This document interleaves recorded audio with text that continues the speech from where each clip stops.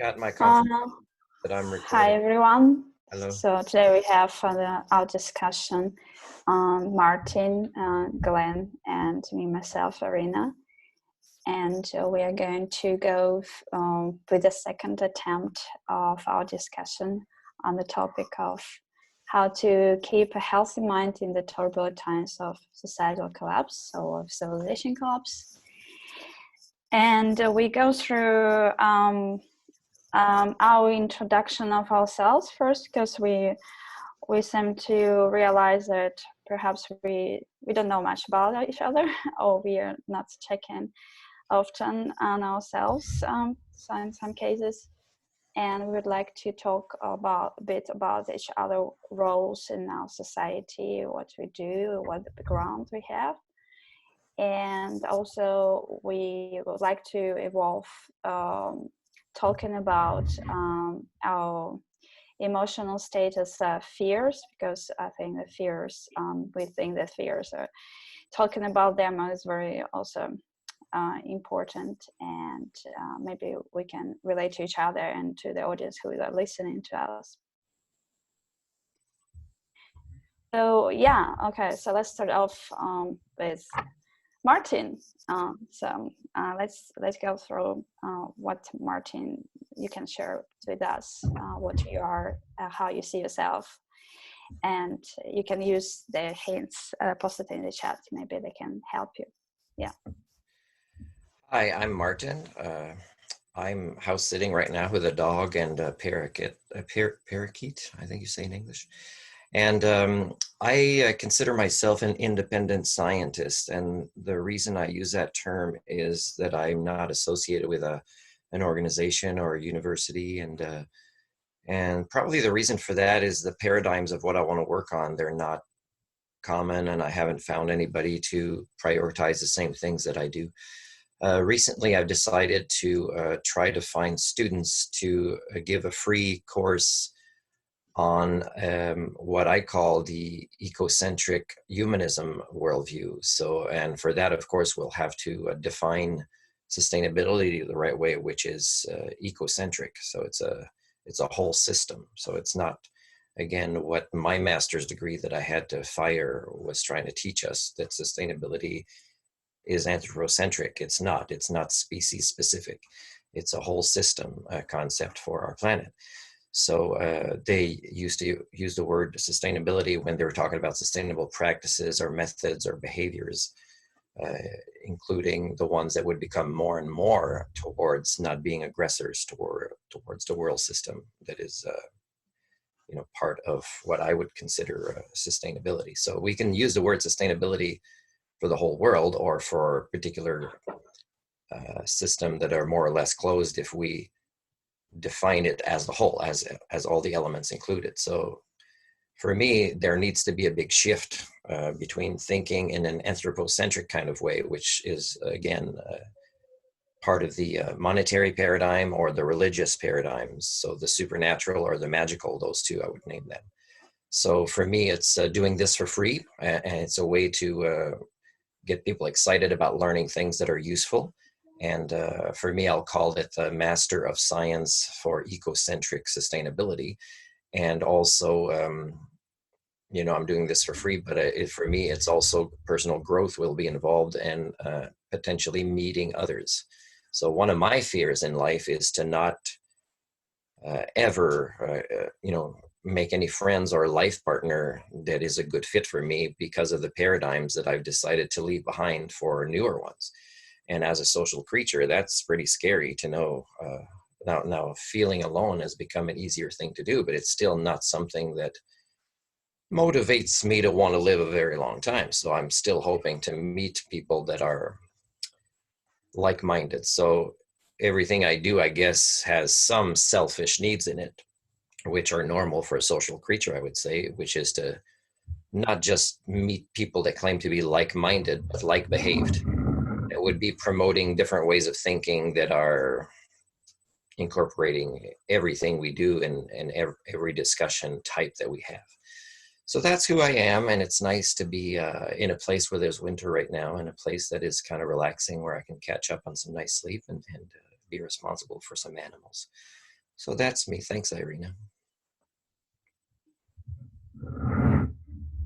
Okay, yeah, thanks for sharing. That was very brief and full of lot of context introduction. So yeah, Glenn, would you like to share the same? Thanks. Yeah. Yeah, thank you for that introduction. Was a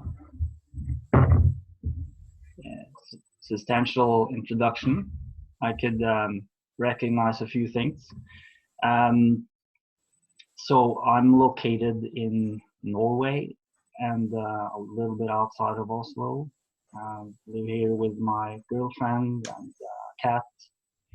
And I also would consider myself a kind of independent researcher, or it's hard to find the right word for it. Sometimes researcher, philosopher, explorer, and clearly into these same big questions about the relationship between humans and the ecology, and how I could relate to the larger society, the larger planetary ecosystem in a beneficial way, and what are the possibilities that exist. I'm interested in many things related to this. Everything from sort of first principles thinking philosophically, whether there's some kind of fundamental philosophy that's perhaps already been invented, has to be rediscovered, or could be invented, which would help to unite humans all over the world and make us capable of understanding one another better, which is one of the big challenges I see, that it's very, very difficult to understand people, and especially when we try to speak on a somewhat higher level, and especially also when the topics can be quite emotionally full of content, what you could say, which obviously these larger issues about the future of the world is clearly also very emotional, and it touches many sides, one could say, of a person's being. So my greatest fear is related to a fear that there's a kind of madness that will take over in humanity, that sort of we go insane, which perhaps we've done many times to some degree. We're already there, so it's hard to sort of define it, but it is a kind of a fear that there will be this psychological collapse all over the world that's going to ruin all the great possibilities that exist. And so my personal view would obviously then be to just waste my own life and the contributions I can make. At the same time, I am a very optimistic minded person in various ways, in that I see also the situation as very dynamic and full of potential, that all people that I know, for example, and especially those I've gotten to know well, I've generally always discovered that they have a lot of wisdom when especially the situation can calm down a little bit, and sort of the context can be the right one.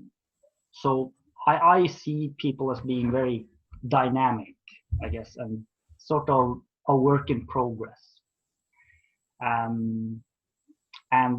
So my primary interest, I guess, would be in the field of consciousness in general.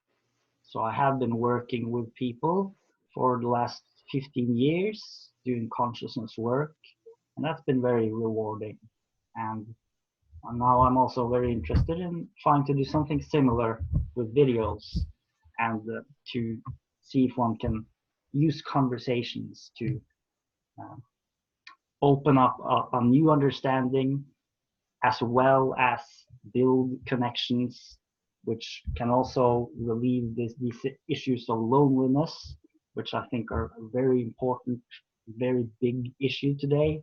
Many people feel isolated, and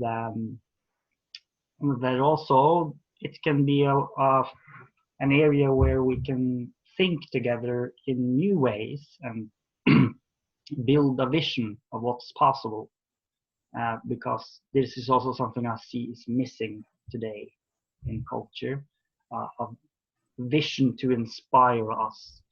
And I feel that that's something that would be perhaps very healing also emotionally, if people can really get together and explore what's really possible between humans. So yeah, I think I'll just leave it there. Thanks a lot for such a elaborative, going forward description, and how you put yourself and you relate yourself to this kind of context. So yeah, that's interesting to understand more about like you and your background and your mindset, I would say.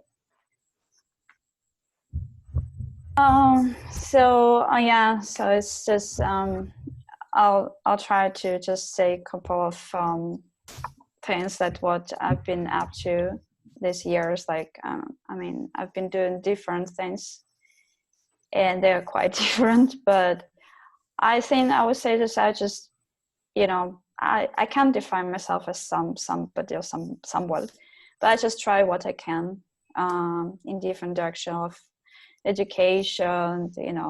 Normally it's just volunteering projects, not only the nature environment, but also the social environment, social behavior, human behavior, all this stuff. Also in the field of science and teaching science, and specifically the scientific literacy or thinking, I would say, using my own material to children, because I think that children, they're just kind of like the hope of our society, and I think they need to have the training of the scientific mind, and that's what I'm trying to. I try to work with kids, and I do try to do it every day, but unless the school squeezes me in the framework of the traditional education. Yeah, so just some things I'm trying to do, also some kind of like research and consulting. Now it's doing consulting, so just jumping all around and trying to contribute as much as I can, like in different projects or different things. And yeah, so that's how I would define myself. I don't know. So yeah, and for kind of like the greatest fear that they have is I guess is ignorance. I really afraid of ignorance. I mean, my own ignorance maybe as well, but I kind of like celebrate my own ignorance more, because if I can learn something, like it's like if I'm ignorant about something, then I can learn about something. So it's kind of like a celebration by myself. But like the fear is that when you realize that that how much people, I don't know, like perhaps don't know, and they don't even know what that they don't know. So I guess I cannot even sometimes talk to people, and this is my own problem, that I need to kind of like to, you know, adjust to their understanding of the word. And I think this is the most challenging stuff, because, you know, it doesn't matter how much you read, doesn't matter how much you know, if you cannot pass on the knowledge to other people, and that's just empty. And so if you cannot reach out to people, right, and to kind of like, you know, I don't know, like to have a less fear of kind of like, I don't know, I wouldn't say, I'm not trying to say that people are ignorant. I just say that I don't know how to describe that. I think I have a problem with that. But I'm just afraid of ignorance, that our society is just like indulged in the false belief of something, and false beliefs of something, if they're not scientific evidence, leads normally to ignorance. And this is the pity, to lose the chance of having a more humanized society. By humanized, I mean the society that can learn and have a passion for learning and improve themselves. So that's what I'm not actually observing, and this is my greatest fear. So I don't know if that makes sense, so just try it. Yeah, it makes a lot of sense to me. Things are a little related to the madness that I mentioned as well. Both of what you said is similar to me and others, and it's just the way we've come to this process on our own and explain it differently. And sometimes we even think it's different things we're talking about when it's not.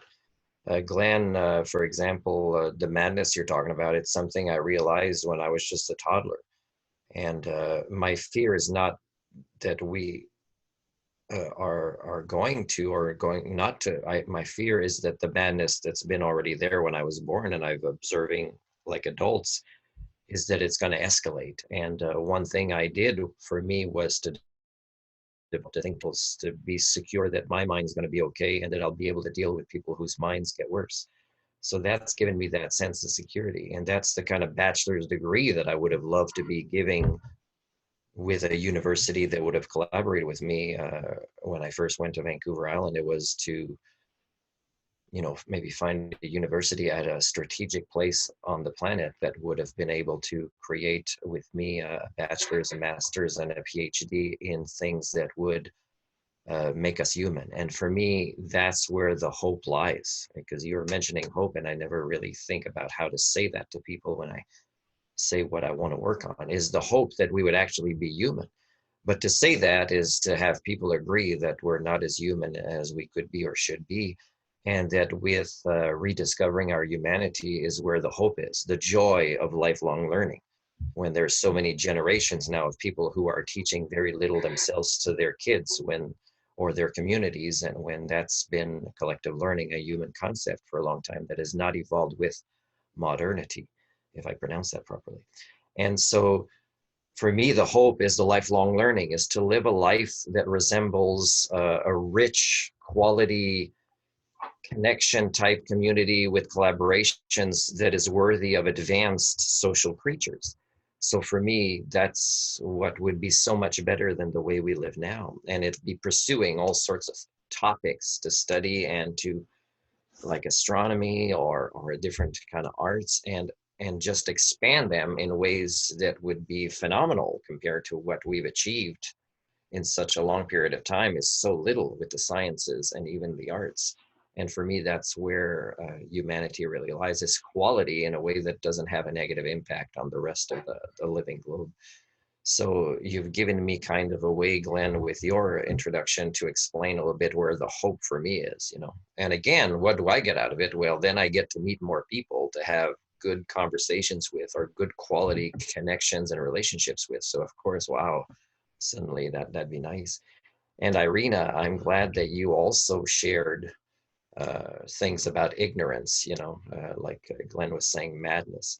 and I have my own terms, and people have their own terms. And it's been written down in my time capsule contribution a long time. It's people are enjoying zombie TV shows and zombie movies because unconsciously they all know. They might have not gotten to the process where they can explain it like us, that it's a fear, but they know something's happening where not only have we not reached a very high level of our evolution of our brains, but we're devolving at this current stage of a potentially changing paradigm.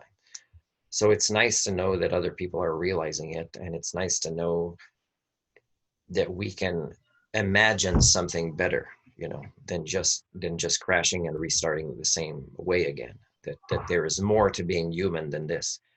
And Irina, thank you for doing all the work that you do to fight against, scientific illiteracy, because it's so important. And I know you've been talking to me for years about doing it as a volunteer, and how it's making you mad, your passion about it, about how much work there is to be done. And I appreciate that about you. Thanks for sharing that. Yeah, yeah. Thanks for all that, Martin. I think this has been really great so far, because I picked up a theme that I think all of us are pointing towards, and it's, one could use the word madness or ignorance or confusion, and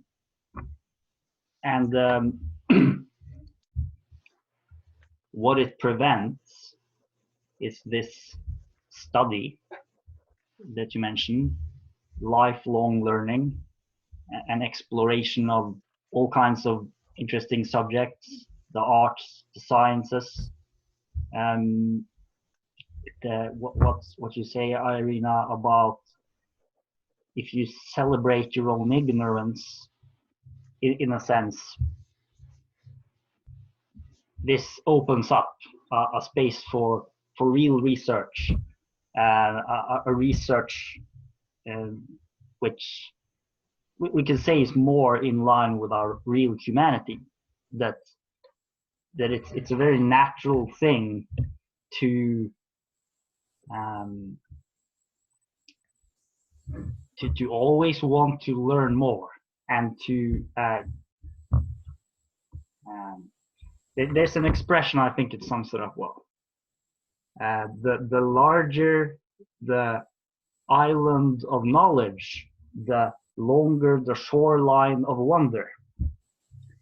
And this, I think, describes what I would see as the true scientific mindset, or the knowledge-seeking mindset. But of course, the problem, I guess, is that this isn't institutionalized today, and it's an idea. It's sort of floating out there. We're talking about it here. Many others are as well, but there isn't any institutions or social systems that really embody this. I mean, there isn't a real university, might be a way to put it. So instead, all the institutions have become quite corrupted in various ways. So anyway, I just wanted to emphasize that, because that's one of the things I picked up so far.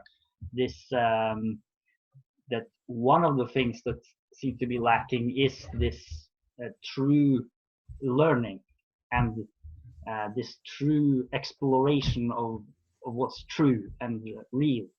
And last time, for example, you mentioned, Martin, that one of the issues is that we don't have contact with reality, and like Irina just also said, there's all these beliefs, and it's almost like they cobble up the mind. It's like, and that prevents a real communication as well. So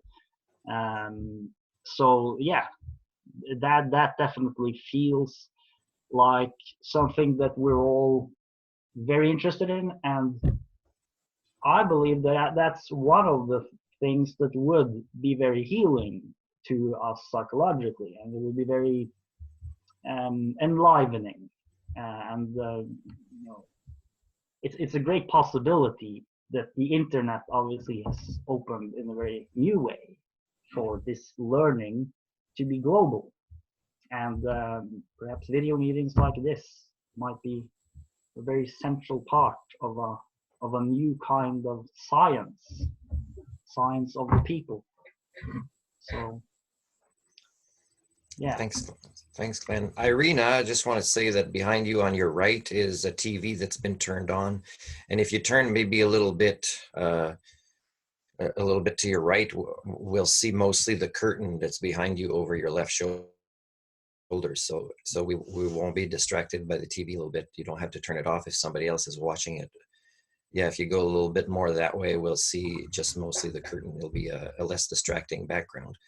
Thank you. I'm glad. I don't know where you ended up going, maybe a little bit more, where you ended up going to get internet. It looks like, I don't know if you're in a hospital or something like that, but thanks for traveling to be able to connect with us wherever you went. I don't think you're home. Glenn, thanks for sharing that as well. I'm sorry, I just wanted to interrupt, but maybe Irina wanted to say something. But before I forget, I just want to say, Glenn, that Isaac Asimov, one of my favorite authors, had a short story called, I think, Nightfall.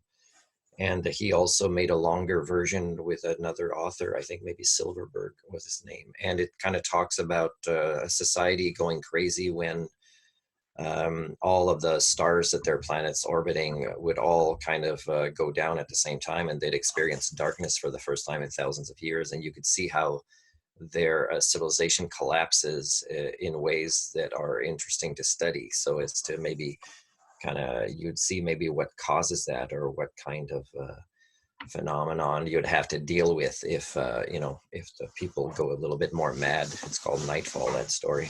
There's a shorter and a longer book version of it. Okay, thanks, Irina. Sorry, I interrupted.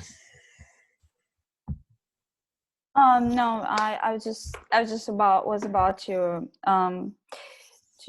perhaps start off with the questions that we have on the agenda. So the first one is that how do we personally tackle staying strong? I mean, having still a strong mind when we see that and understand, realize that things fall apart for us in our own lives. It's not just observing the world around us only, but also like if things fall apart in our lives, how do we keep this kind of healthy and strong mind to tackle these difficulties?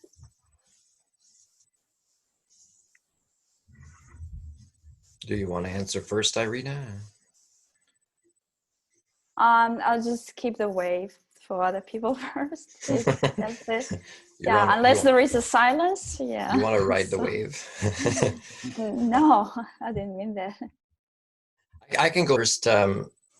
It's a good question, and it makes me think this would be one that would trigger emotional reactions for me, because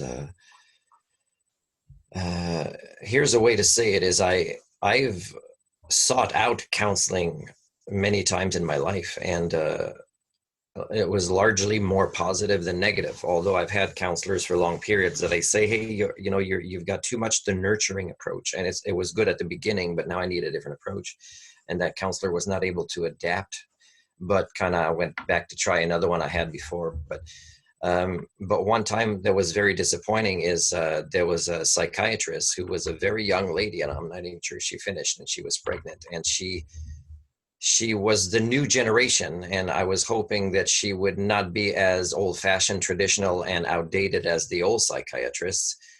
But she was already very elitist prone, and she was already kind of very rigid in her views, and yet she was the superior of an older psychiatric nurse who I could tell had good listening skills. And when they said, well, we can't give you that diagnosis, Martin, it doesn't exist in our book, would you agree getting a different diagnosis so that we can give you services?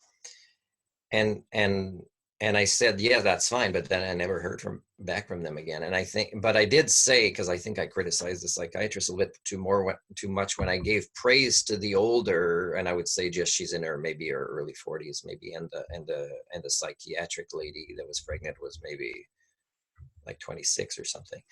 And I said, I could tell when I look in your eyes, the lady that was a psychiatric nurse, that you were shedding a tear, that you were starting to what it feels like to be me, somebody that feels alone in this sense of the way I think and how it's so different from other people. And it makes me feel like, I really don't belong to the same species as you.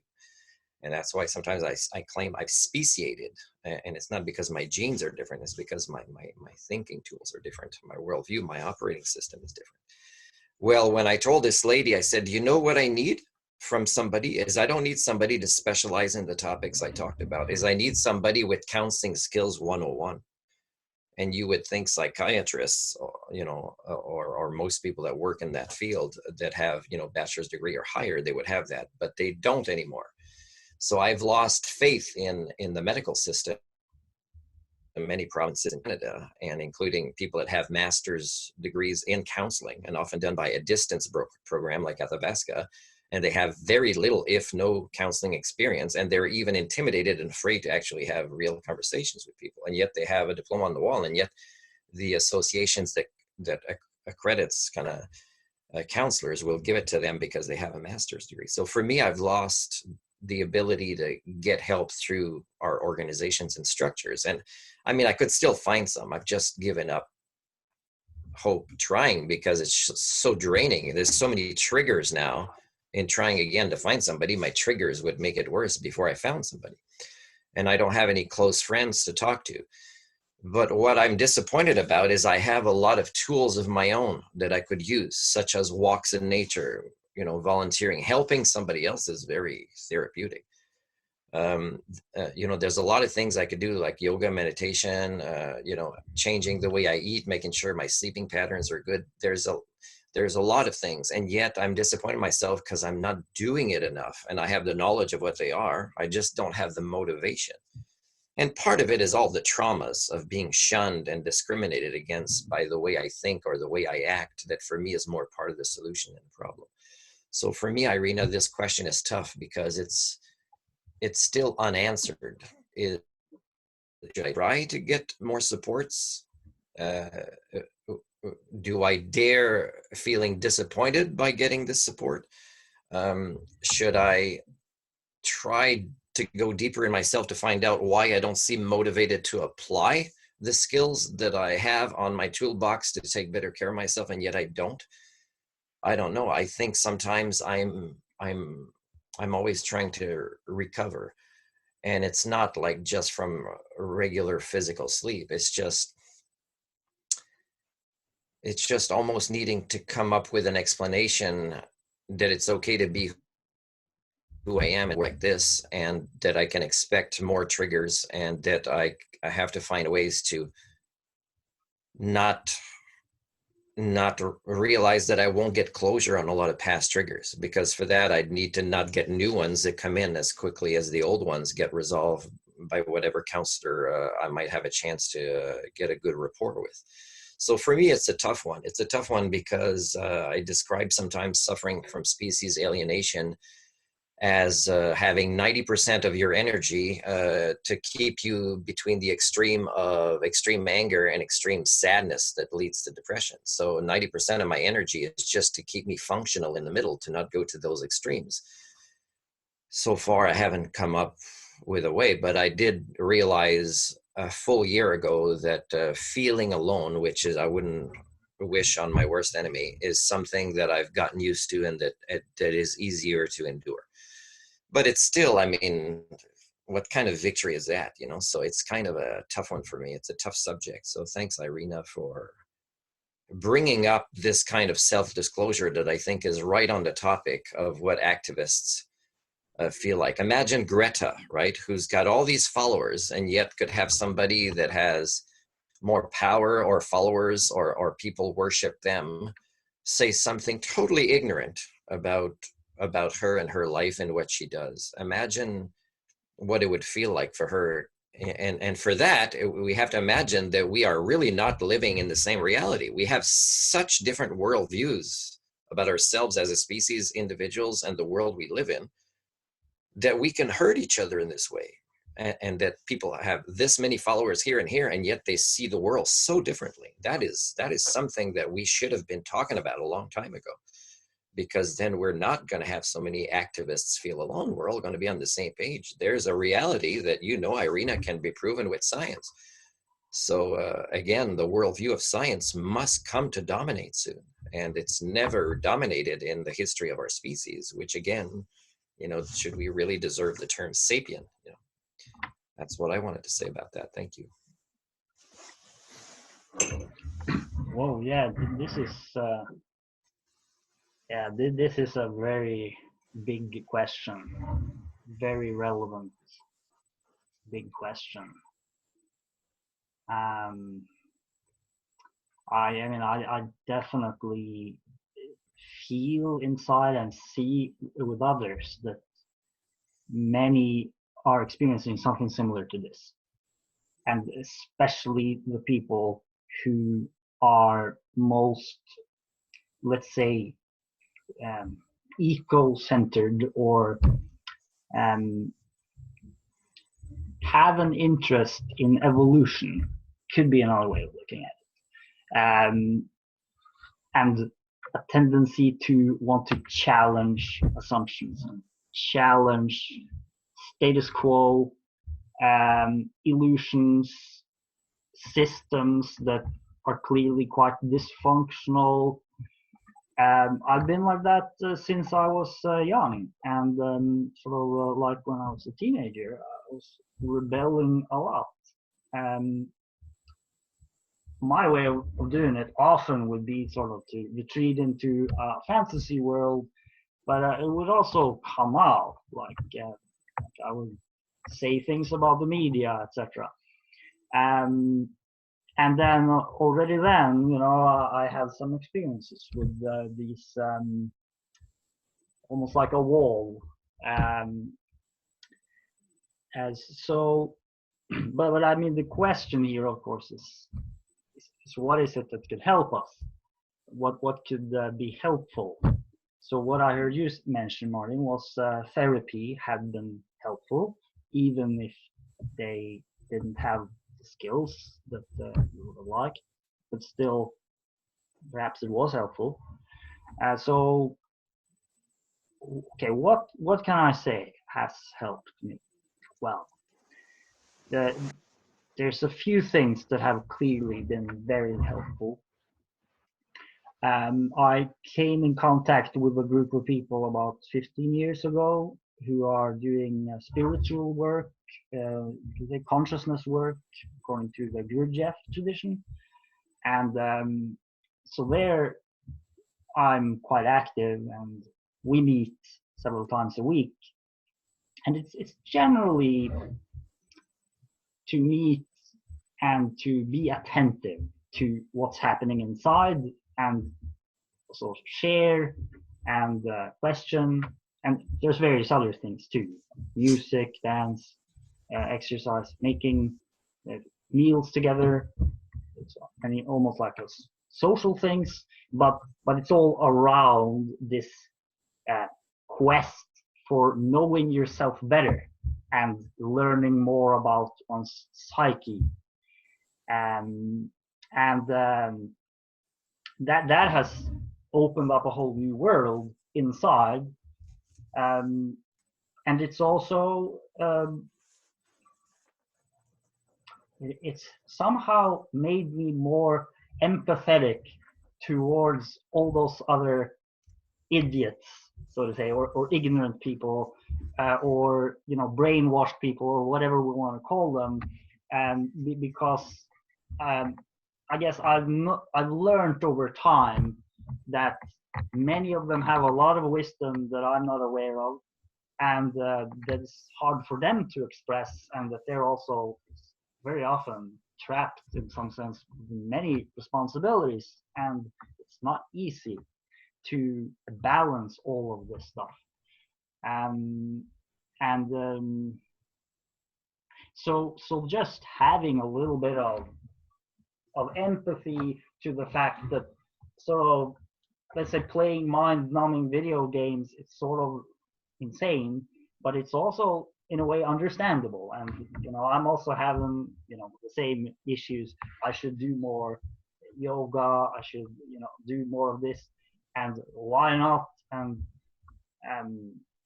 yeah, I mean that question is totally alive for me. So I don't have an answer to that, but it's been very helpful to be with other people in a context where we try to just understand better who we are and to see reality more clearly in a direct way, often without words. That has been very, very healing and inspiring and opened up a whole new understanding of what's possible. And then there's also video meetings similar to this that I've been participating in for the last 2 years or so, maybe once or twice a week. And sometimes they're very different. Sometimes, they're all over the place. But generally speaking, I do feel that has a very good effect, because it makes me understand that there's a lot more people that are really having similar concerns, and that it certainly makes me feel less alone. And that there are indeed many who understand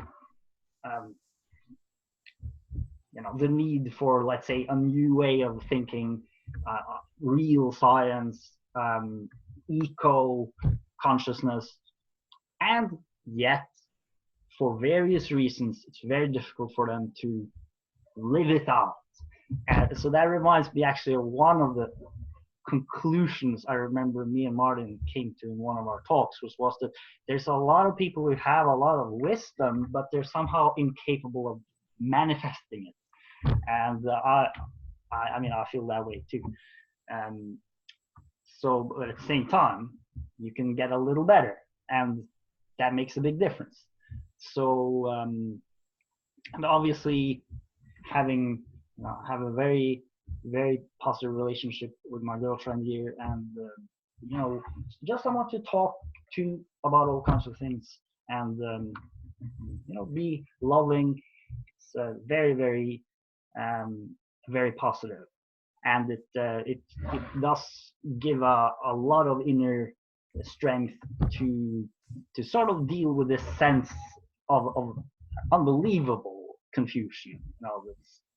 Whenever I look in the media and all of these activist groups who like so clearly they want the same thing, and they're just totally talking past one another, and they're somehow involved in some kind of game that's just completely not what they want to do and should do. So and that's definitely so. But I mean, that what I would believe in then is it's really real community. It doesn't have to be that many people, but if you just have a few that you're keeping in regular contact with, sharing these things, and there's a learning, there's a development that happens. There's a magic to that. There's something really brilliant about that, and it's I personally think everybody has an interest in that if they were to really experience it. It might take many different forms, of course, but the commonality is just people getting together in attention and sincerely sharing and trying to understand better themselves and world in general, and what could be done, and create things together as well. And so I kind of feel I've been doing a little bit of that, but especially in terms of creating things, it's still at a very, very early stage. So it's like a lot more that I see could be done. And I also see a lot of like people who kind of want this, um, and and also feel like isolated in some sense, or they feel they have these big ideas and they want the same, but it's how do you sort of organize all this? That's also a big challenge, especially like at scale. How can one have a conscious movement at scale, like, and work through all the issues that can come up? That's a big challenge. I don't have any final answer to it. Lots of ideas, of course, but definitely just being in the process, just being continuously in contact with people, exploring it. It's like a little drip of understanding every time, and that does make a big difference. It really does. Yeah. Thanks, Glenn. Yeah, thanks for sharing, guys. That's quite um, a picture to get how you go through this kind of times, I would say, in your own lives. Yeah, that was interesting to know. So as for myself, I would say that like every time when because I think that when we think we have a need of strong or healthy mind is the time when we realize that our mind needs support. So and how to give our mind this kind of support.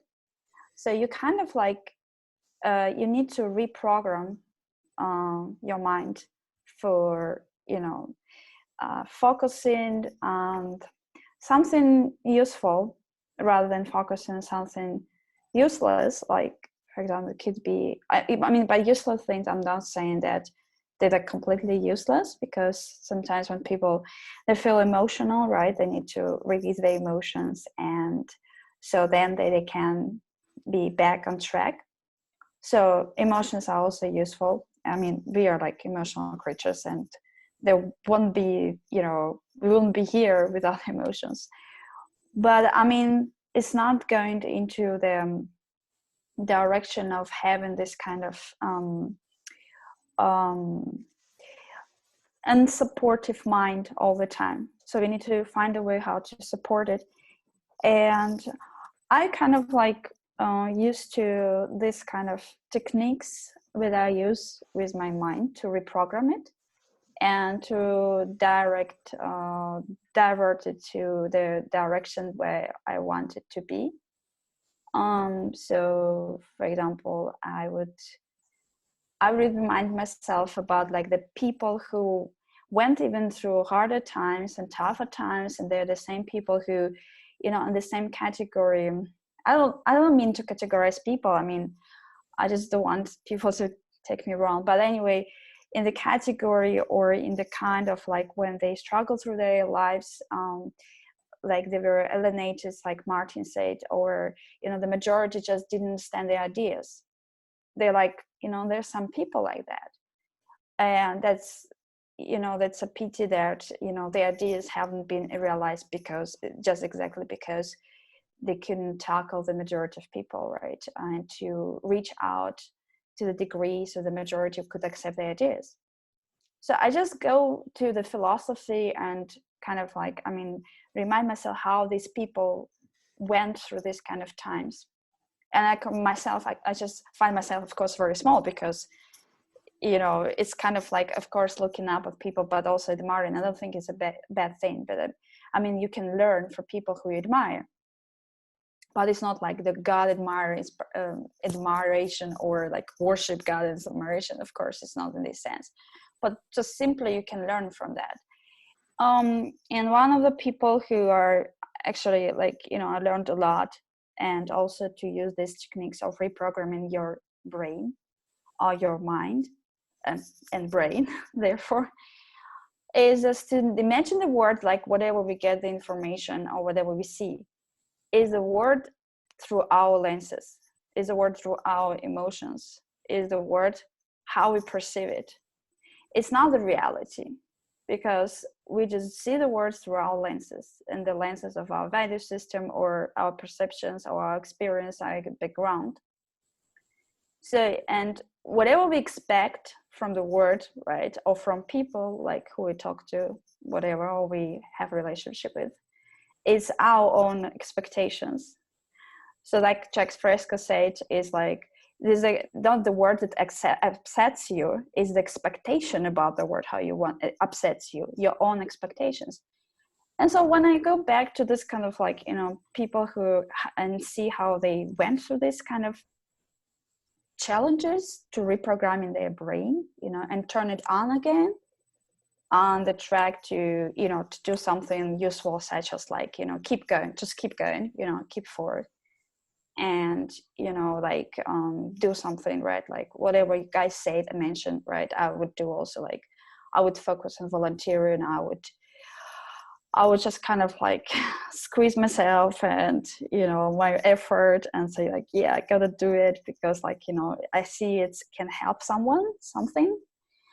And of course, like there are some things like, you know, to just stabilize the emotional state and to keep it healthy, like for example doing some art. I believe that, and scientifically proven that people do art, like, you know, they can relieve their pressure, and they can stabilize the emotional state at that time.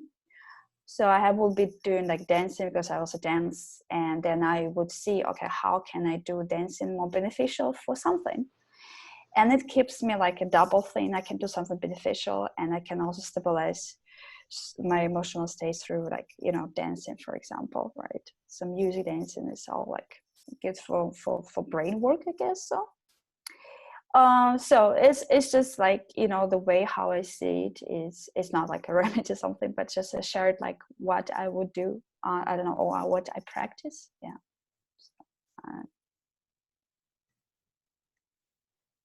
Thanks, Irina. I don't know if Glenn ever did see videos of you dancing, but there's a dance you did with your boyfriend when you were visiting your mother's family that was kind of cut short because I think you had to practice it. And it's a song I didn't know, but I hear that song sometimes on the radio and it puts a smile on my face because it reminds me of that video where you were doing it all dressed nice, and it was in a place where there was this function for a celebration. And I don't know the name of the song. I'll send it to you, and I recommend you send it to Glenn. Glenn, you should see the talent she has and the energy when she's moving. And she does a lot of fast dancing.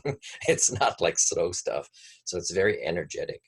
So of course the endorphins are going with the exercise of this. And it's a wonderful aspect of your life. I've always admired Irina. Thank you. What did I want to say? Oh yeah, you know, Irina, we can't live long and prosper without ever pursuing our emotional intelligence as well. So I think, you know, the new Star Trek series is going to demonstrate that, you know, you can't separate emotions from your life and be a stable person. So live long and prosper by always working on increasing emotional intelligence is what I believe in. And Glenn, you know, you were mentioning consciousness movements, and it makes me think of Greta again. And I think Greta, although she's associated more with climate, is she is at the forefront of a consciousness movement, and she is a role model, other than just acting in the common sense of what science is telling us, but also of sharing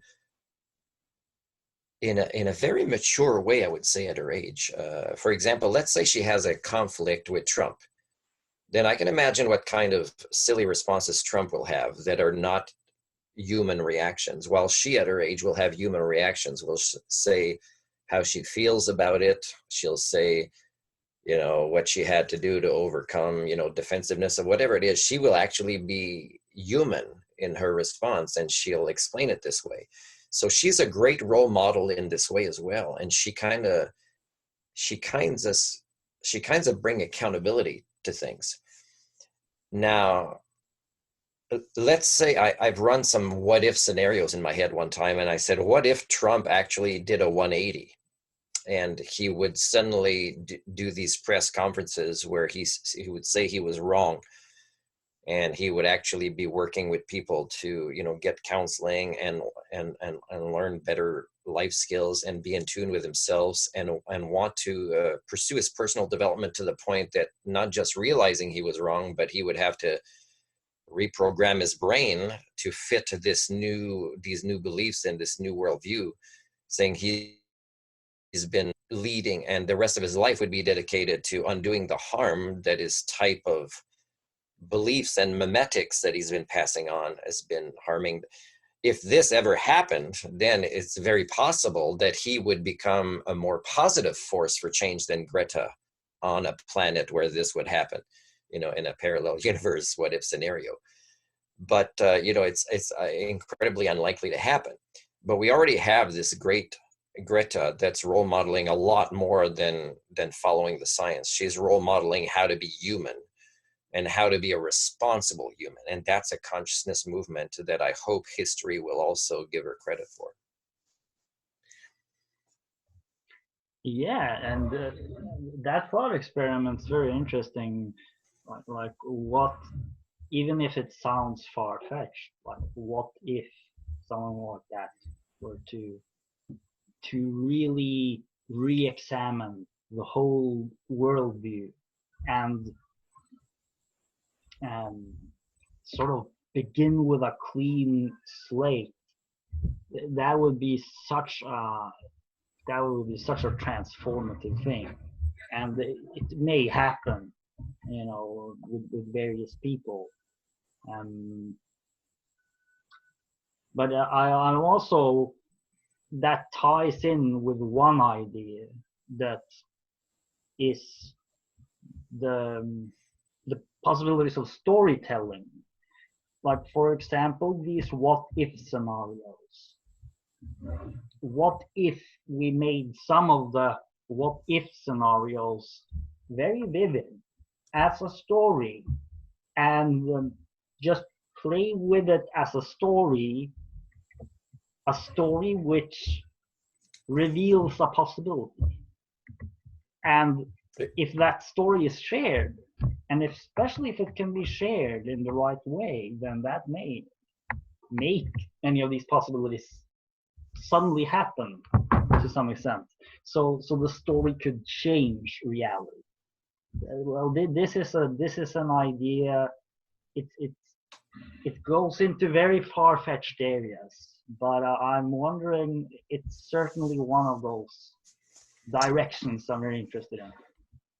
I'm a fan of science fiction, like Irina is for sure, but the kind of non-science fiction that I would read, Glenn, would be the kind of fiction where authors are saying, what if, you know, Trump did a 180, or what if Hitler, based on his own psychohistory of how his mother died or what his upbringing was like or his childhood, his challenges, what if, you know, his life would have taken on different directions?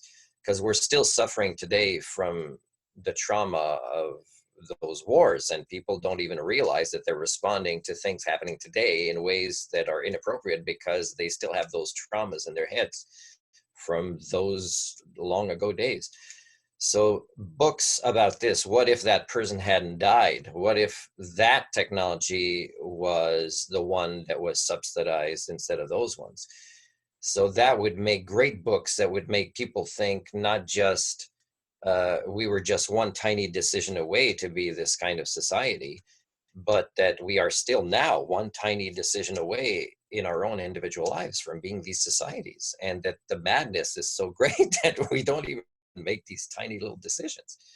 And that's sometimes all that it takes. It doesn't take somebody losing their entire family or everything they own to really become more part of the solution. Yeah, exactly.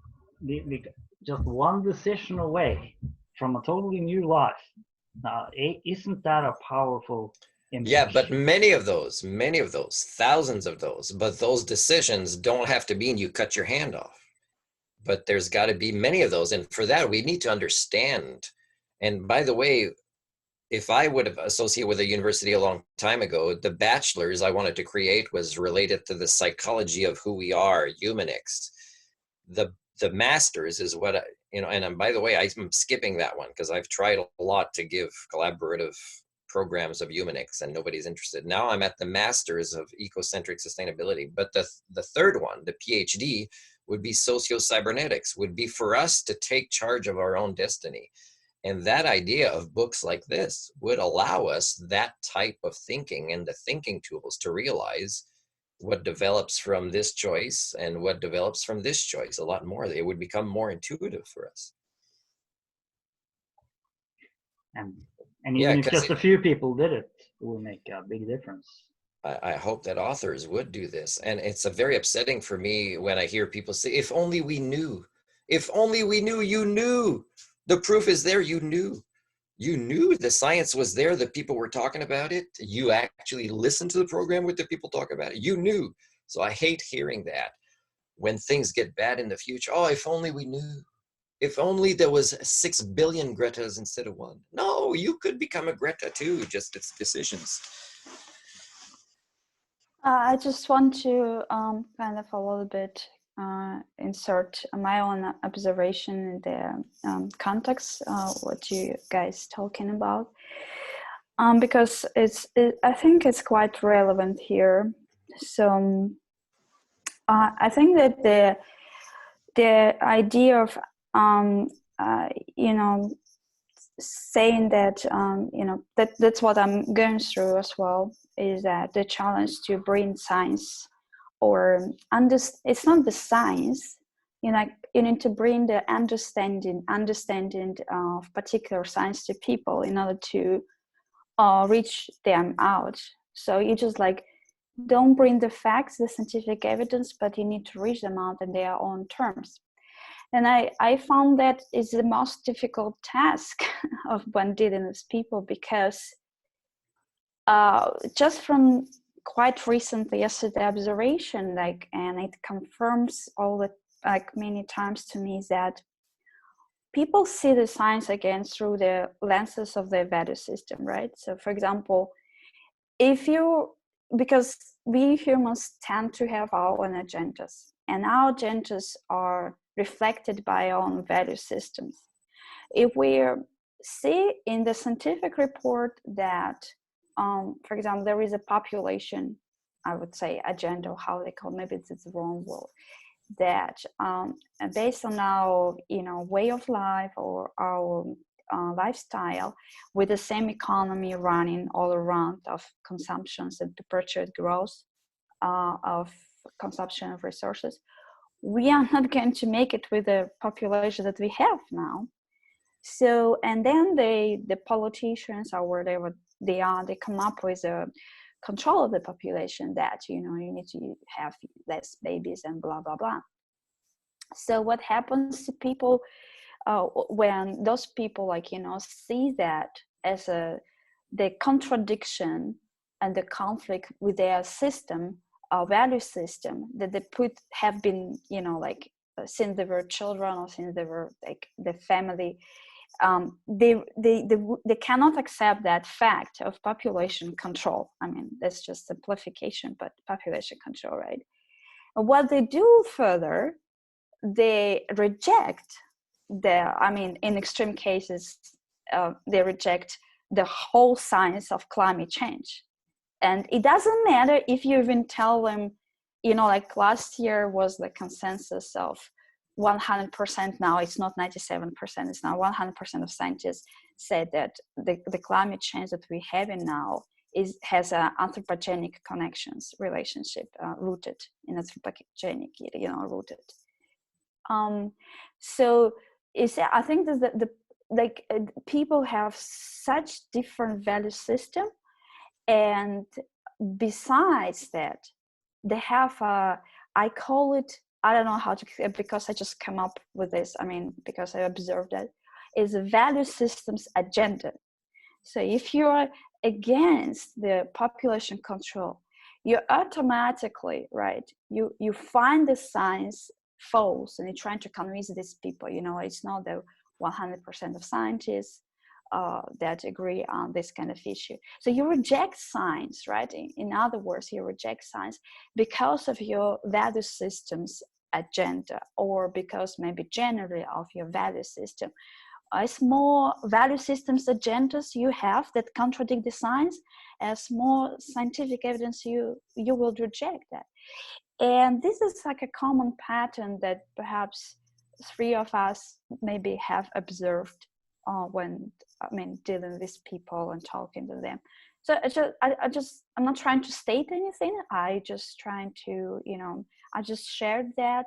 And of course, I'm curious if you notice the same pattern or something in those terms. Yeah. So, and this is the most difficult task that needs to be tackled, because if we don't touch upon the value system of people, like it doesn't matter like how much science we can talk, and it doesn't matter how many graders we have, because you can have 1 billion graders. Yeah, great. Yeah, we will make a step forward, but we need to find a way how to touch upon the value systems of people. And how you're going to do that, that is a kind of a whole mystery to me, and that's what I'm also interested in. Well, I can give a really short answer, so I'll go first. Irina, using the word control, and I don't know that it comes from you or from other people, but using the word control instead of management probably will trigger fears in people as if they're being controlled. But when it's the word management, it'd be more empowerment. And again, the bachelors or equivalent of a bachelor's in humanics would have helped us address these forms of thinking where we go against common sense and reality for our own, value system and its goals. The other thing I wanted to say is that, well, I forget now. So go ahead, Glenn. Maybe I'll come back to what I wanted to say about this. But yeah, go ahead. Okay. Yeah. Well, what I heard there, obviously, the value systems of people, the agenda of the value systems. Can we touch that? Can we understand what those are? Yeah, that's a big question. One of the emergent ideas that I've discovered in, let's say, this field of people interested in similar things as us is an idea of creating kind of like profiles of people which bring forth their values and their purposes, what they believe in, what they wish for, what they're most interested in, a kind of way to understand their point of view. One thing, the problem or the big obstacle, which Irina mentions, seems to be that if they well, you can see through value systems, but you can also see it through group identity. I think that's also a very important part of the picture. So if I'll give an example. Like I heard some people talk about the Green Party and the climate hysterics, as they call them. So their impression is that there's a hysteria about it, there's misinformation about it, that somebody's trying to make people afraid, to make money off of, I don't know, climate taxes, whatever, and many other things, but also a sense that there's a kind of a fanaticism going on. Okay, let's say, so that's an impression that clearly many people have, where that impression is the factor that prevents them from taking this seriously, because so it seems to be a variation of, I can see there's some kind of confusion over there from those people who are saying there's something there I'm reacting towards, So therefore, I'm just going to write it all off. But is it possible to find a mind which can somehow hold that, yes, there is a confusion, yes, there is all that, and there's an incredibly important message that's within it that they're trying to bring forth? So can we cultivate a mind that can discern? It's one question. Right? So that might be a part of the answer. Another part would be perhaps to understand the values better. Yeah, go ahead, Mark.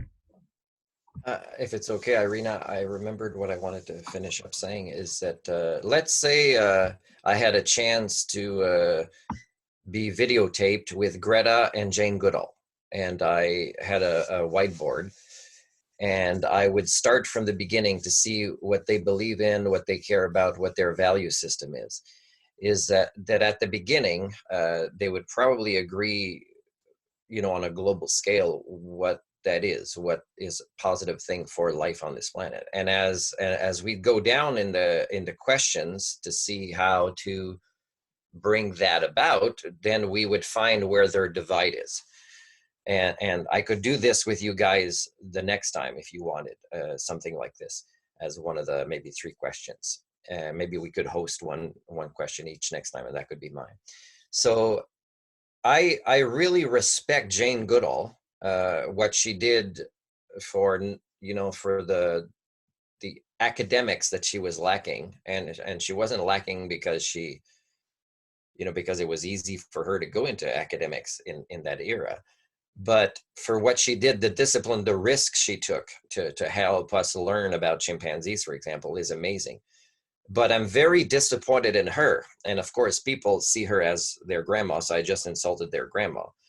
But I'm very disappointed because when she gets into climate change or even conservation, is she's disconnecting an entire generation from the reality of where things really are, because she is overprotective, let's say, of children's ability to handle with their resilience where they're really living. They're really living, and they're going to be the ones living in the next generation of a very, very harsh world compared to hers.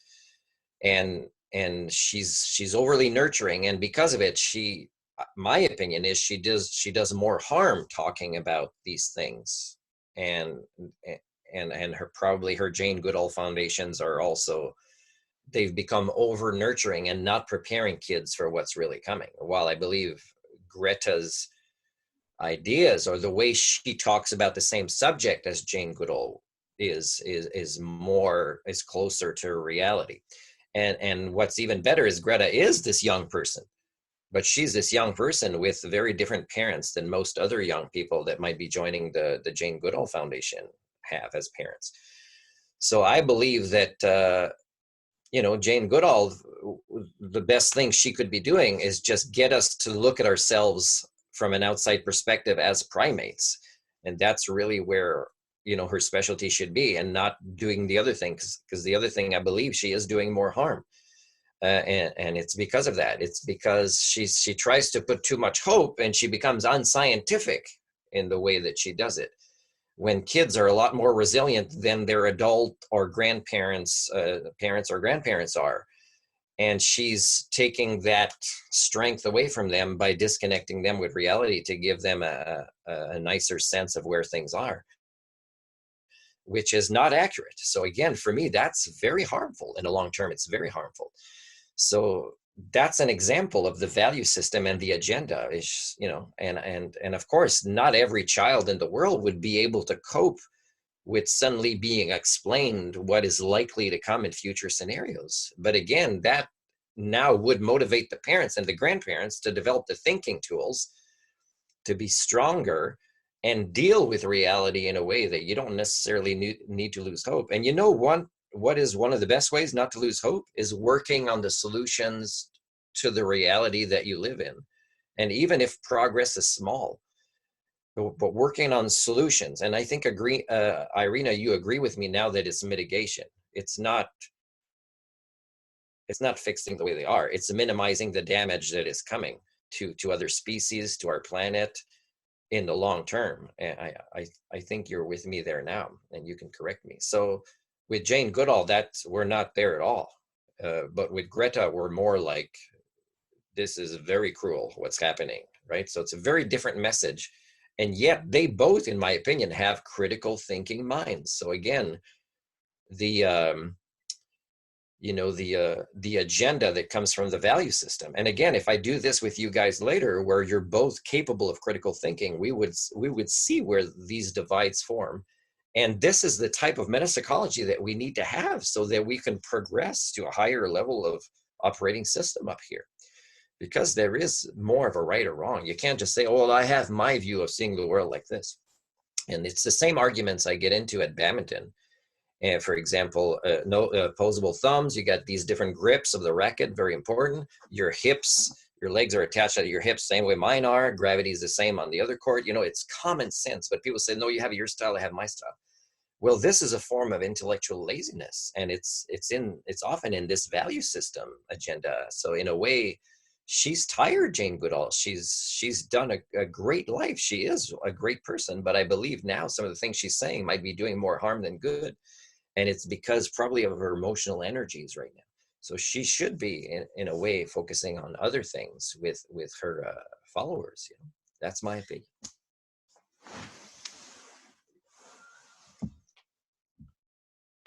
But here, Okay, yeah.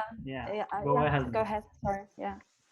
Okay. Well, was sort of my question would be, one thing you said there was to talk about solutions. So that's where we need to be, in a solution space. Yeah, just to do a little bit to insert in that. So like it's actually based on our agenda and questions of our conversation.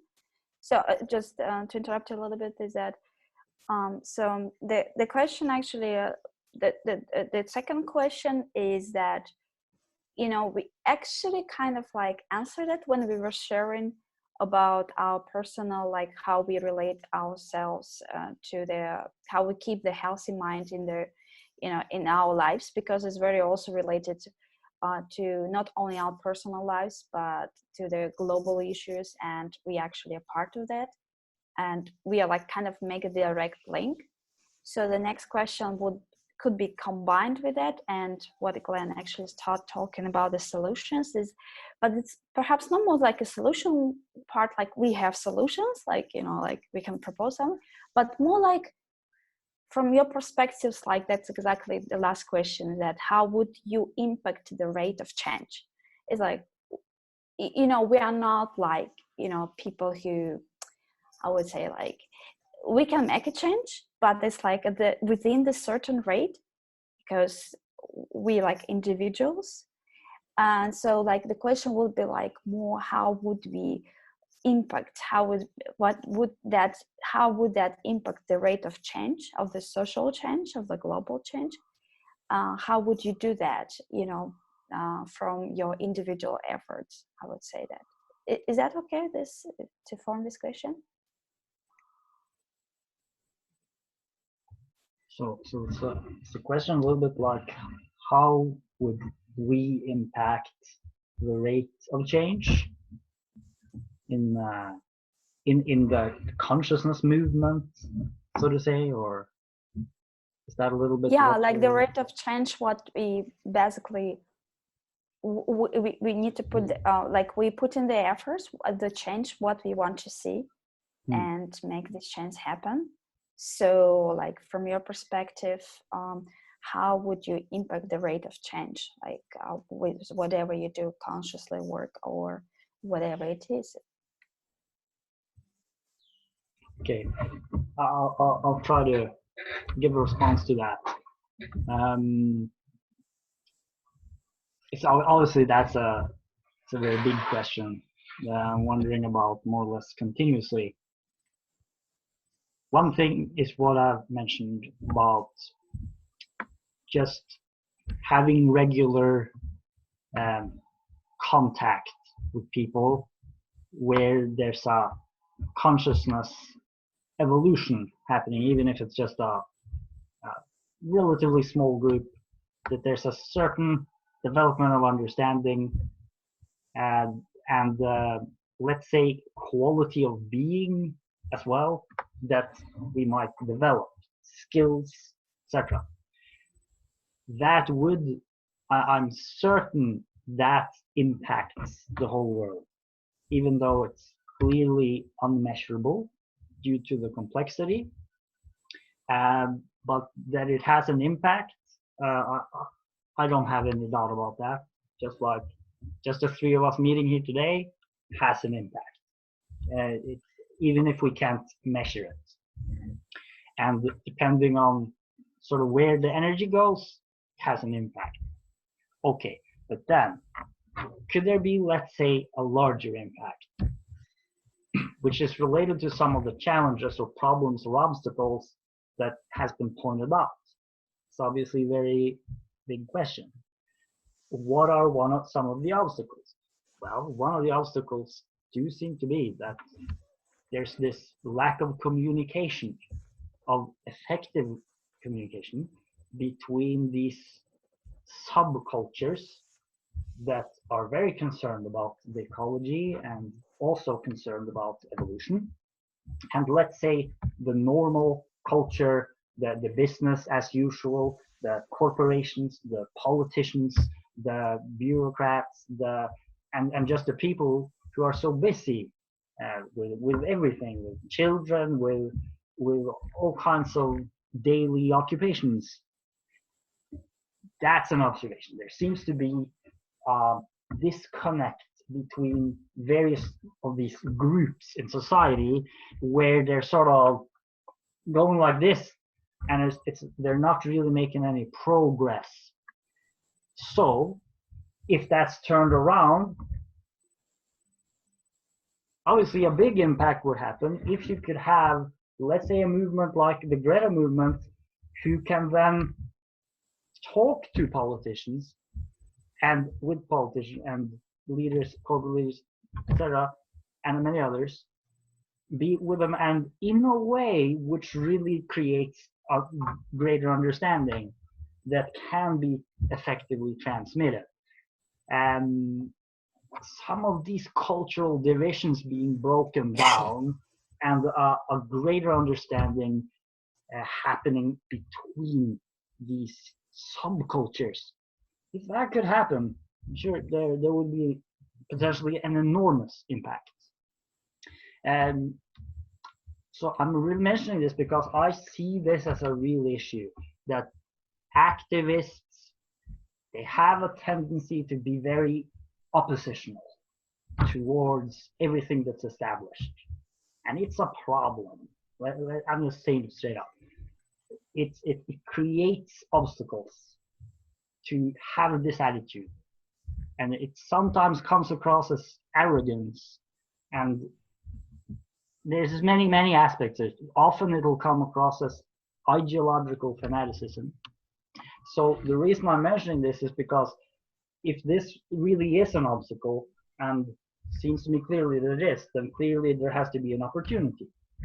So the big issue then is there a way to really challenge the consensus and the existing leaders, etc., and their ideas and their behaviors, but do it in a way which doesn't create this kind of opposition, this sort of trying to put them down. So when you, for example, mentioned Jane Goodall, what you mentioned a pattern of behavior that perhaps you think is not so beneficial. At the same time, there's who she is, what she has done, her finest moments, her various ideals, and you also did bring some of that across. Let's say we talk about someone like Donald Trump, many do. Like, is there a way to sort of talk about his behavior, certain behaviors which does not put down the values, that because there are some values, and there are some values in the movement that he's related to, and there, I would say there's a value of a sort of can-do attitude, For example, sort of, it's obviously much more complex, but the main theme is that if we understand the values of these different subcultures, then we may have an opportunity to connect with those values instead of sort of putting them down, sort of, because very often that's what happens, and that breaks down communication. So playing the blame game just doesn't seem to work. It has, so an alternative to the blame game. It's another way of framing it. Could we find an alternative to the blame game where we could really bring in great big ideas, really challenging ideas, but in a way that inspires, and sort of avoids all of these pitfalls. If that can be discovered, then that would impact the rate of change enormously. If we could have just 100 people who master this art, really master this art, I think the whole world, whole history would be changed. No question about it. We wouldn't be able to measure it, but it would be a totally different future if we had 100 people who were really conscious and could effectively communicate some of the possibilities. So that would be one answer to how it could impact the rate of change. And it has to begin inside. It has to include me. So obviously, it has to be some really serious inner work and challenging myself. I mean, if I'm going to play such a role. I also see this as a very long-term project because it's a very big, it's big themes. I've got a big dream, and if that dream happens 10,000 years into the future, then I'm very, very happy, and nothing will have been wasted. Yeah. It's nice to hear that, Glenn, that solutions you might be working on and the butterfly effect might be way past your lifetime. Not a lot of people have that type of wisdom, that they would make choices in their lives to not see the measurable impact in their lives or even in their children's lives. That's a type of responsibility and your wisdom I appreciate. And it was nice, Glenn, to also hear for the first time how supportive the conversations with your girlfriend are to you. I didn't know about that. Thanks for sharing that. I've recently talked to somebody at Badminton about Trump, and I kind of hoped that he would win again. And it's not because I think he's a great human being. It's because out of the choices of who there would be, is he would have the most beneficial outcomes to the culture. And although you would think he would promote redneckism as being the king of the rednecks, I call him, in his culture, as I believe that he would make people fall on the other side of the fence of redneckism a lot more than the other participants would, because of the phenomenon of having people look at themselves in the mirror, say, is this really who we want our country to sound like, And when it comes to the divide between activists, Glenn, I think that a lot of it again goes back to the value system agenda. And again, when we start from the top and we go back to the top saying, oh, when we find a divide down here, then we bring back, didn't we agree to that we both wanted this for our planet, for all life on the planet? Well, then are we really divided here? Let's find the science to show how to reconnect, or to show which is the better outcome. And that's a form of critical thinking that we need to do, that because it incorporates our meta psychology too. And that's important as well. And for me, again, I really admire what Jane Goodall has done. And again, I just am pointing out what's in the long term with her approach. Is I think that there's good things she does for kids, but it's not as beneficial as it could be. But again, it's what she believes they're capable of. So again, who's right, who's wrong? Well, both are right or wrong. But I think still that I would go more in a different direction. So, Irina, if I go back to your question, is Like some years ago, I went to Kamloops, British Columbia. There was a conference called Imagine No Religion 4. It was the fourth one. There was a lady who was in charge of the, I think, imaging team for the probe that was going around Saturn, I think, and she had a great presentation, and it linked the beginning of and the end of her presentation was great. It was astronomy related, but it was also how we see ourselves as a species. But there was also two people, I think, and I'd have to look, and I don't know if one was a pastor, one was a priest, I'm not sure, but they were people that were religious and they had followers, and they were very beneficial to their followers because they're good people and they would give maybe advice or counseling. But eventually they had a change of worldview, and they just realized, yeah, no, I'm not a religious person anymore. So of course they were shunned by their entire community. And that's one of the things that is a trauma that I will probably never get over, is when I decided I'm closing down my driving school. I'm moving away from a small town that has no more potential for personal development for me. Is so many hundreds of people I cared about and I devoted so much to have shunned me and discriminated against me since then. As I understood how they felt, these people that moved away from the religious paradigm and to promote different things. I'd probably have people follow or respect them now, but it's probably a smaller number of people, but they had to be who they. Now, what happened in their heads is it takes so much courage to actually have done this, to disconnect from an entire community where they had, a respectful and authority and elite type position, but they were doing a lot of good. But they believe maybe that's not really what reality was like. So to do this is, I think I identify with this in a way that for what I can do in my life, I think to be part of the solution is also like Glenn, that I'm not going to see any results in my lifetime. And for me, how much of it was done consciously or not, is I believe that the paradigms I operate in is my strength, but it's also the hardest thing on my life for a social creature. And I don't think that I will be able to have much of an impact, but if I document things, if I video record things to be learned from in the future, or a book, is even though they read it too little too late, but it's even too little too late when I was born to actually pass on these things, is at least that I'd be contributing to the advancement of metapsychology in the future.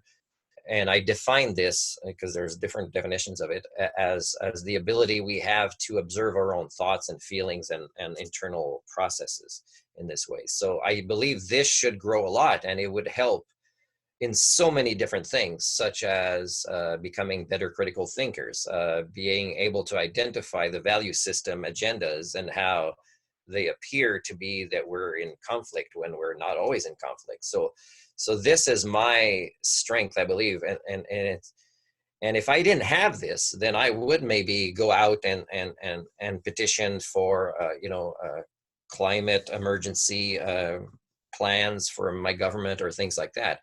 I do have connections in the government or in the media or in politics in my family relations, but I'm not going to go there because it's not my strength, and it's just going to create an even bigger divide with my family, which is not very close anyway. So I don't need to do that.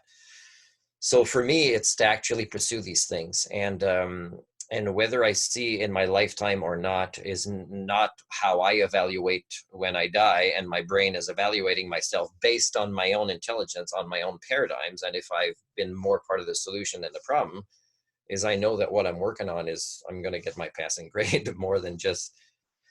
But again, just quickly to say is, and I'm disappointed in myself, but aside from overpopulation, which is the most important thing to be working on, and there's very humane ways to do this that are a lot more humane than the inhumane ignoring of this thing that's going to be forced onto us in a very natural world kind of way in the future, that's going to be a lot less humane, is there's also the fact that I would love to become a vegetarian, but I'm still, because of a lack of good social connections in my life, and I'm very disappointed in myself in this, is I'm still eating for emotional reasons, which, with my background includes meat. And I wish that wasn't it, because I have the science to know that I don't need to go there, but it's a hard one for me. So I hope that I will change this in the future, but I kind of use the excuse. I wish I met a girlfriend who already has great recipes and who knows everything, and I just kind of slowly be learning this at a pace that I could handle with everything else I'm working on. But that might never happen. So I need to do that progress of moving away from the meat-based diet so much. So that's what I'm working on, things that are long term, that eventually would be, these bachelor's, master's, or PhD equivalents, although I don't want to call them that, but they do need to come in a certain sequence. Like, even if I get students who do the Masters of Ecocentric Sustainability, is I know I'll have to incorporate some of the Humanix program from what would have come before that, because the sequence is important to reach different levels of thinking, operating systems, and thinking tools to be as efficient as possible. I'm not going to see much progress of this in my lifetime, but I'm still wanting to leave something for future generations that may or may not be overlooked. And it's not my job when I'm dead to see if it's overlooked or not. It's just the best I can do in my lifetime. And that's enough for me. That's enough for me to know that on my deathbed, I'll probably be alone, and I'll be, if I'm on a bed, and I'll be patting myself in the back and say, I don't know if anybody ever felt alone as much as you did, Martin, but that's not important. But I know that it was always important since I was a little boy to do the right thing. That's always been more important to me. And my life got very, very complex. But if I evaluate my life by doing the right thing, especially when it was so much easier to just blend into the norm, then I'll be very, very proud of myself. Irina, did you answer that same question? Yeah, I mean, is I understand it's a hard question, and it's quite challenging. I mean, there is no specific answer to that, right? It's kind of like an ongoing process. But first of all, like I would like to thank you guys for sharing. That was quite a lot to learn, not like just about you, but to learn new ways and perspectives of looking even at these questions, because I would perhaps look at this question from a different point of view. And it's really interesting to see how also other people interpret the same questions, and you get like lots of information that or perspectives that you've never come up with. So I just want to thank you for that. Like I just want to say like how I see this question, right? So like that's why it's kind of like, how would you impact the rate of change? So by the impact, of course, I mean also individual efforts, but as well, like what would you do, like if you have a passion for something, for doing that? So what will be the best part to put your passion to? So I think that's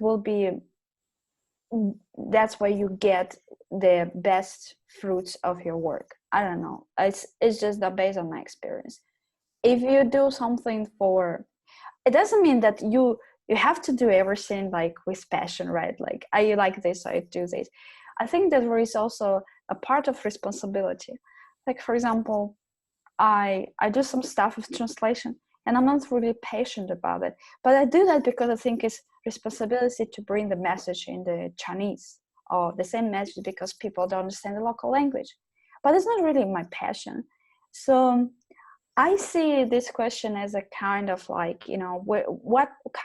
how do you apply the best part of your passion, and then you ripe the fruit of this best part.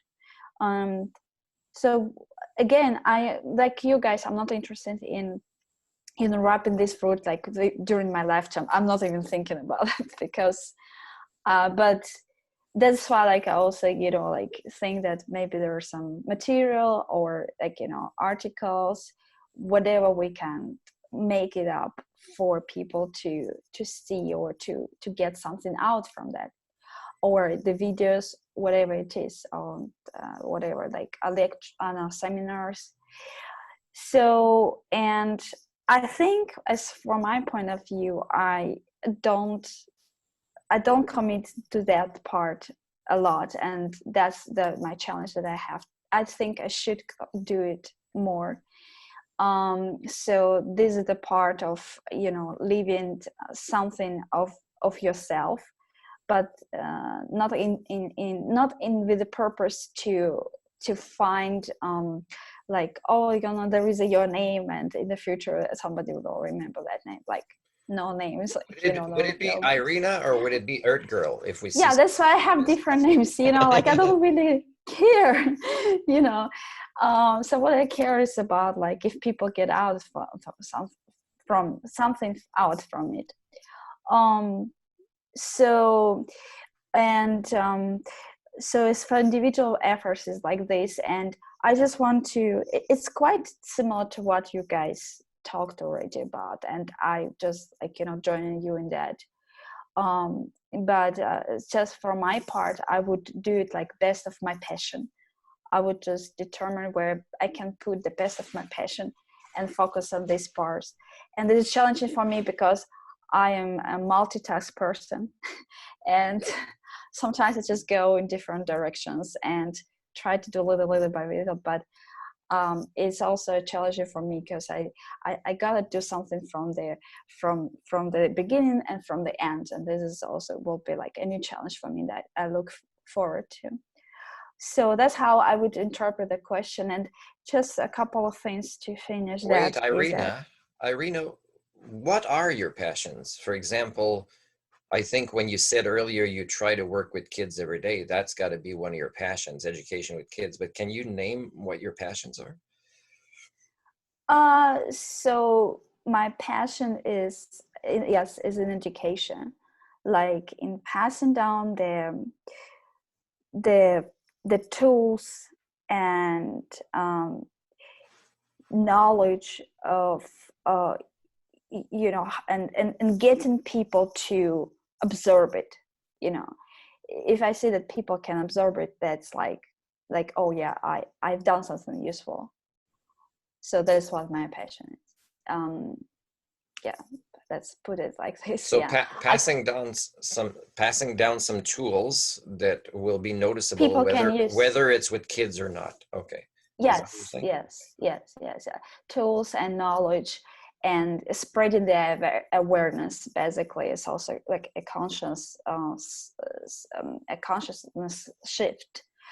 So that's, I'm also interested in how to reach out to people and to, in their terms, like to get them to observe. It's also, that's why I want to join in with what Glenn said, you know.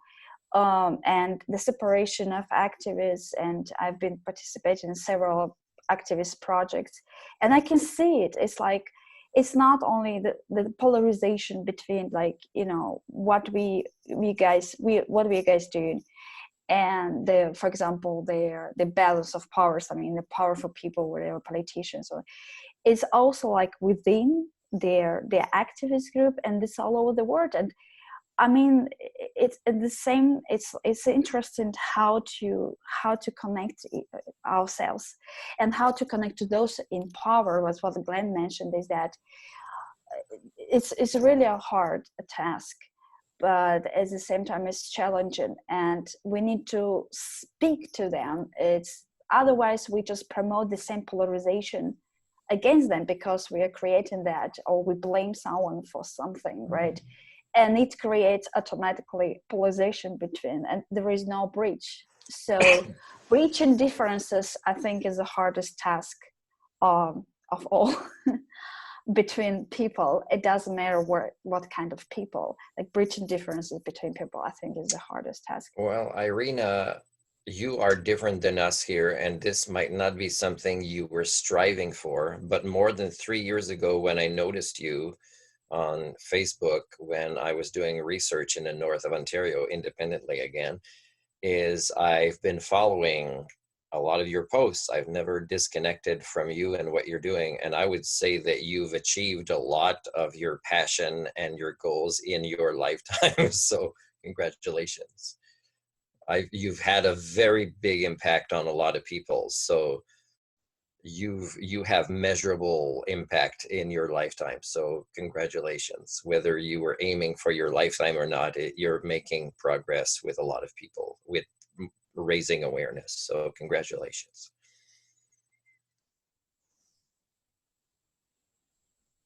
I'm not hearing anything. Yeah, Okay. just yeah, thanks. I don't know what to say because it's for me. It's just kind of like it's just like it's like whatever I can, let's just do it. It's I wish your dad would know, because he'd be proud of the scientist that you'd become, and that you became largely on your own.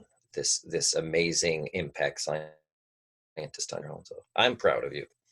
I don't think that it's my own. Like I do believe that people like that. I've been influenced by lots of people, and it's just like I think it's just a little part, and we like all of us could do like more, just like what you guys mentioned. Like I know I can do that, and like for me myself as well. I think like I know many like the thing that was multitasking or whatever it is. I know I can do that, right? I just need to put like more efforts to do that. And and I just like to like to also glad to meet you guys and other people, of course, in that direction. And I think we can just become more stronger in that, and we, like what you Martin said, will be a very great exercise to sit down to see how like and how we divide it. That would be like a very cool thing to do. Like if 3 of us or people will join, like I think it's a good time a good start to begin with something. Yeah, absolutely. I totally agree. And um, I have to leave in not so long, but it's been really happy about today. And also glad, by the way, you mentioned this with multitasking, because I think that's another thing that is a very common theme, especially among there's certain kinds of people interested in these questions. It's definitely a challenge to have a focus from the beginning to the end, when one's interests are really in all directions. I mean, it's really, we're real generalists in the full sense of the word, and that has its own peculiar challenges in terms of being disciplined, which are also I think it's very interesting to look at, because it's like if we could, let's say, use multitasking, our natural tendency to multitask and tendency to be interested in many things and be passionate about many things, maybe that could be channeled in a way that could over time create something. So that's a whole big question in itself that sort of like come up. I'm just wanting to point that out. I don't think we're going to answer that today. And my passion, I mean, I also think that's a very great focus, really. What is like each person's unique passion? And I have a great passion for discovery, I would say, and for the connection between what is real and what is possible. That there's something about that interface of really trying to come in contact with reality really directly and really truthfully, and how somehow that reveals possibilities. That's a great passion for me. I think it relates to all the themes we discussed today. So this has been really fruitful for me. I mean, it's a great inspiration to just meet like this and really talk over this and reflect on it. It brings clarity and a lot of inspiration. So thanks a lot to both of you. I definitely love to continue this exploration. Can I wrap up my part before Irina? Irina, thanks. At the beginning, you said the second attempt, because we all admitted it was kind of awkward the first time we met. And I think that, Glenn, you want to help kind of unite activists too. And I think one way we can get our talks, and I'd love to continue with you too as well, is to really request more comments from people. Like, how would you answer this question? How would you interpret this question? What are the things you got the most out of this video? It really got people to really get involved in it more, and to also kind of get them to say more about it, because there's very little comments, I think. And of course, we have to keep our videos short. There's a guy on Facebook recently that I said I'd like to have a live chat with you. And one of the things I want to ask is he has a shorter video, like 3 minutes and something, and then a longer one, which is just 6 minutes. And his 6 minutes, I think, had 100 views, and his 3 minutes something had 1,000 views. Now, they're not in the same social media setting, but still you could see the attention span of people, right? On how even from 3 minutes, and I asked my family members, did you look at this video that is 3 minutes, 30 seconds long? And no, they didn't go through the whole thing. So I think get them to participate more. So, give them a motivation to pay attention, and to also provide advice, feedback, and things like this. And if we talk about sustainability honestly, then it doesn't mean you exclude the human component to it, because the human condition is an important thing. And I think we role modeled it here with our self-disclosure. So we are part of this great sustainability cybernetic global system that has been around since even before any kind of primates came. But the human condition is not something we need to ignore. We should ignore. We should include this metapsychology in all of our talks. And this will make us really the generalists, specialists in every topic we need to be to really connect on the same page.